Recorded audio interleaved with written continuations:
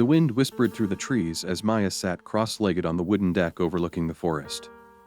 Her eyes were closed and the sound of her breath was the only thing grounding her. Inhale, hold, exhale, hold. The rhythm calmed her, like waves softly lapping at the shore. Please subscribe my YouTube channel and press the bell icon for new update. It had been months since she'd first heard the term mindfulness, but the concept had slowly grown into a lifeline. Before mindfulness became a part of her life, Maya had lived in a constant state of overwhelm. Her days were dictated by an endless to-do list that seemed to grow longer no matter how much she accomplished. Her mind, too, was a battlefield of conflicting thoughts. Worries about work deadlines, guilt over time not spent with family, and an ever-present ache of unfulfilled dreams. At night, her racing thoughts kept her awake, her heart pounding as if she were running a marathon she couldn't escape. She first encountered mindfulness at a corporate workshop on stress management. The presenter, a serene man in his 50s named Ravi, had spoken about it with such passion that it piqued her curiosity. Mindfulness, he'd said, is the art of being fully present in the moment, without judgment. He'd led the group in a simple exercise paying attention to their breath for 2 minutes. Maya had been skeptical. Her mind wandered repeatedly during those 2 minutes. But something about the experience lingered with her, a faint whisper suggesting there might be another way to navigate her chaotic world. A few days later, she downloaded a mindfulness app Ravi had recommended. She started small, committing to just 5 minutes each morning. The first week was harder than she'd expected. Sitting still felt unnatural, her mind constantly darting from one thought to the next. She often felt like she was failing at it. But the app's gentle guidance encouraged her to persist. It's okay for your mind to wander, a soothing voice reassured her.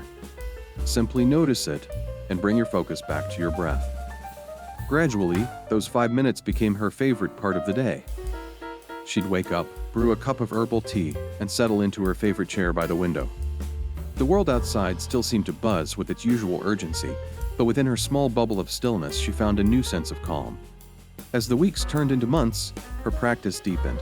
She began exploring different mindfulness techniques, body scans, loving-kindness meditations, and mindful walking. Each offered its own unique insights and challenges. One of the most transformative moments came during a particularly stressful day at work. Maya had been preparing for a major presentation when her computer crashed, erasing hours of work.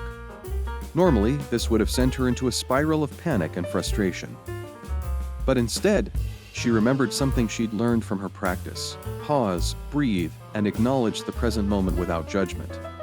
She closed her eyes, took 3 deep breaths, and allowed herself to feel the anger and disappointment without pushing it away. Then, with a clearer head, she started over. To her surprise, she finished the presentation faster and with more clarity than she'd anticipated. Maya's relationships also began to shift. She'd always prided herself on being a good listener, but mindfulness taught her the difference between hearing and truly listening. Instead of formulating her response while someone else was speaking, she began focusing fully on their words, their tone, their body language. Her friends noticed the change, often commenting on how present she seemed. Conversations felt richer, more meaningful. Even difficult interactions became easier to navigate as she learned to respond rather than react. Her newfound awareness extended to everyday activities. Washing dishes became a sensory experience: the warmth of the water, the slickness of soap bubbles, the rhythmic motion of her hands. Eating meals transformed from a rushed necessity to a deliberate act of savoring each bite, appreciating the flavors and textures.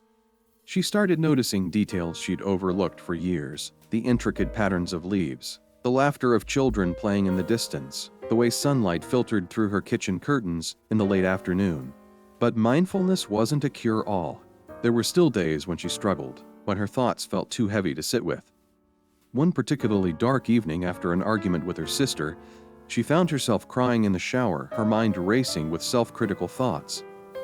In that moment, she remembered Ravi's words: mindfulness is not about erasing difficult emotions, it's about holding space for them. She placed her hand on her chest, feeling the rise and fall of her breath, and whispered to herself, "It's okay to feel this way. This too will pass." Slowly, the storm within her began to settle.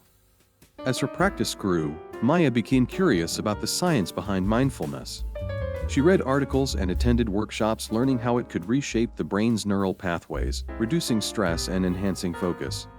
She discovered studies showing how mindfulness improved physical health, from lowering blood pressure to boosting immune function. This knowledge deepened her commitment, reinforcing what she'd experienced firsthand. Mindfulness was a powerful tool for both the mind and body. Maya's journey eventually led her to a retreat in the mountains. The week-long program promised an immersive experience with daily meditations, yoga sessions, and workshops on mindful living. Surrounded by nature, she felt a profound connection to the world around her. Each morning, she joined the group for a silent hike, the crunch of leaves underfoot, and the chirping of birds creating a symphony of presence. Even mundane tasks, like chopping vegetables for communal meals, became opportunities for mindfulness. The retreat's most impactful moment came during a guided meditation on self-compassion. The instructor asked participants to visualize their younger selves, to offer them the kindness and understanding they often withheld from themselves. Maya pictured herself as a child, wide-eyed and full of dreams. She felt a wave of emotion as she realized how harshly she'd judged herself over the years. Tears streamed down her face as she silently repeated the mantra, "May I be kind to myself. May I forgive myself. May I love myself?" Returning home, Maya felt a renewed sense of purpose. She began integrating mindfulness into her work, introducing her colleagues to short breathing exercises before meetings. She started a blog to share her journey, hoping to inspire others to explore mindfulness in their own lives. The responses she received were overwhelming stories of people finding solace in her words, of small practices making big differences. Maya's life was far from perfect, but mindfulness had given her the tools to navigate its imperfections with grace. She no longer sought to control every aspect of her existence. Instead, she embraced the ebb and flow of life, trusting her ability to remain present through it all. The practice had taught her that true power lay not in avoiding challenges, but in meeting them with an open heart and a clear mind. One evening, as she sat on her deck watching the sunset, Maya reflected on how far she'd come. The colors in the sky seemed more vivid than ever, the cool breeze more soothing. She closed her eyes, took a deep breath, and smiled. In that moment, she felt an overwhelming sense of peace, a quiet assurance that she was exactly where she needed to be. Mindfulness, she realized, wasn't just a practice. It was a way of life, a journey of coming home to herself.